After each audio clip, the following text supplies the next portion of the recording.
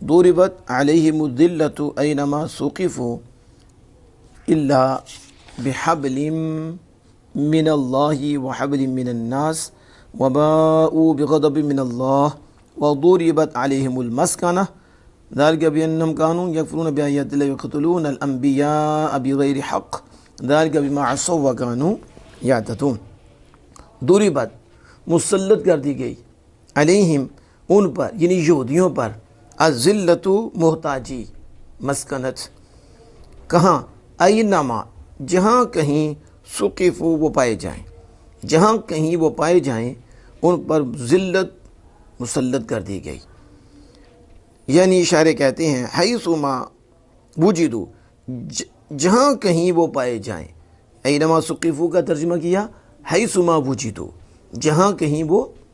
پائے جائیں فلا عز لهم ولا اعتصام ان کی کوئی عزت نہیں ان کی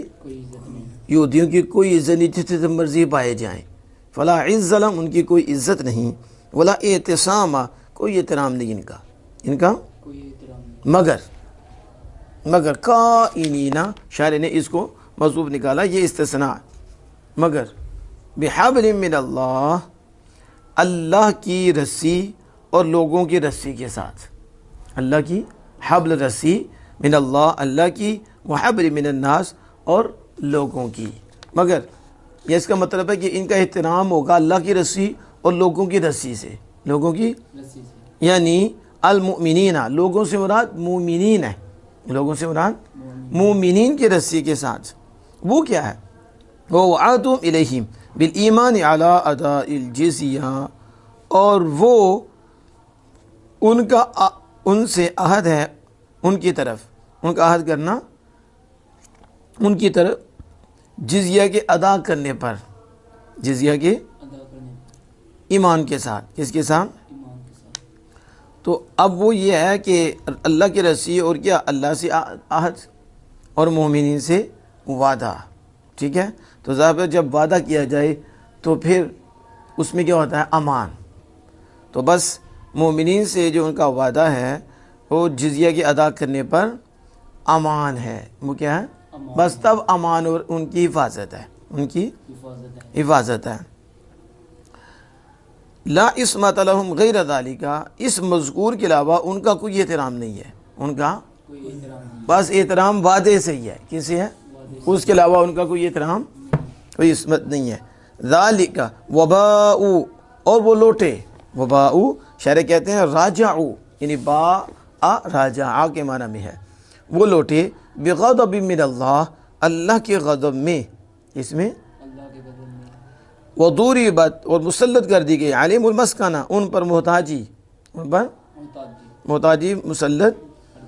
ذالک بانہم یہ کیوں اللہ بخود فرماتا ہے یہ اس لیے یعنی بسبب انہم اس وجہ سے کہ کانوا یکفرون بآیات اللہ وہ اللہ کی آیتوں کا انکار کرتے تھے یہودی اللہ کی آیتوں کا انکار کرتے تھے وَيَقْتُلُونَ الْأَنْبِيَاءَ بِغَيْرِ حق اور نبیوں کو ناحق قتل کرتے تھے نبیوں کو اتنے لانتی تھے ذَلِكَ بِمَا عَصَوْا یہ اس لیے یعنی تاکید ہے شاید اشارے یہ تاکید ہے تاکیدن ذَلِكَ تاکیدن یہ تاکید ہے اس سبب سے کہ انہوں نے نافرمانی کی حالانکہ پیچھے بھی تو کیا کفر کرتے ہیں تو یہ نافرمانی ہے لیکن آگے پھر فرمایا ذَلِكَ بِمَا عَصَوْا یعنی یہ جملہ تاکید کا ہے